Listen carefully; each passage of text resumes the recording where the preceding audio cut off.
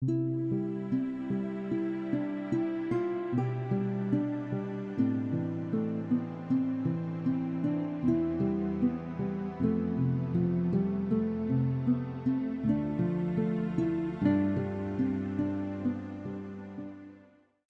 Joseph, 9e jour.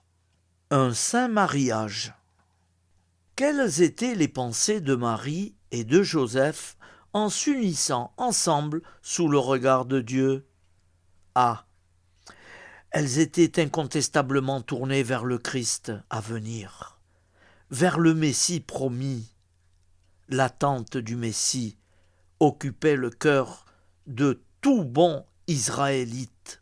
Les patriarches, en contractant mariage, se proposaient pour fin principale de propager la race de laquelle le Messie devait sortir.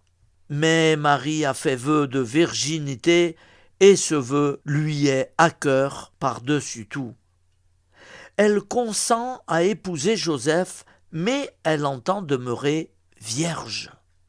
Et voici que saint Joseph est mis en présence de Marie. Aussitôt, par une lumière du Saint-Esprit, par une onction délicieuse, son âme si pure comprend que Marie doit demeurer vierge, que la virginité est inhérente à sa promesse, inséparable d'elle. Marie n'inspire que des pensées chastes. Elle ne peut être aimée que d'un amour virginal. Du premier coup, Joseph est conquis au culte de la sainte virginité et le mariage entre Marie et lui se conclut sur ce pacte qu'ils se donneront l'un à l'autre leur virginité en dépôt. La virginité de Marie sera le bien de Joseph, comme elle, de Joseph, le bien de Marie. Ce que Joseph aime surtout en Marie, c'est qu'elle est vierge. Aussi, tout son amour pour elle constitue à garder très précieusement sa virginité. Oh, qui pourra dire les délices d'une telle union qui n'est pas de la terre ?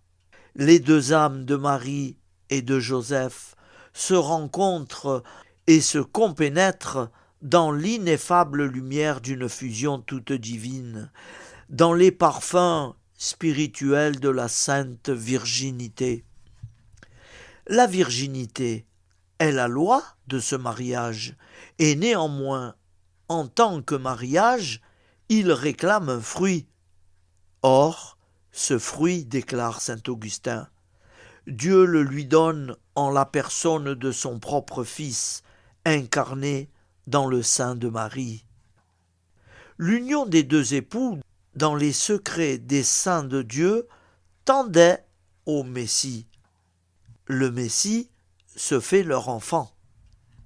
Oui, affirme le grand docteur, Jésus peut être appelé à bon droit le fruit du mariage virginal de Marie et de Joseph.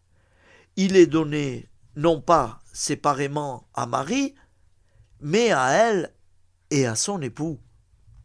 Il leur est donné pour être leur bien commun.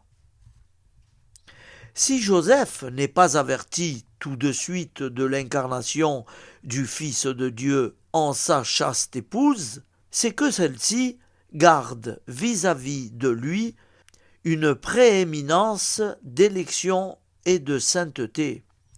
C'est aussi parce que le trouble de Joseph devait ressortir en témoignage de la conception virginale du Sauveur. Que l'on pèse les paroles de l'ange à saint Joseph, il ne lui attribue pas un droit sur l'enfant, droit qu'il n'aurait pas eu. Il l'avertit simplement que Marie a conçu du Saint-Esprit et qu'elle demeure son épouse dans sa maternité divine elle-même. Le lien du mariage n'est pas détruit par l'intervention du Saint-Esprit qui lui donne son fruit.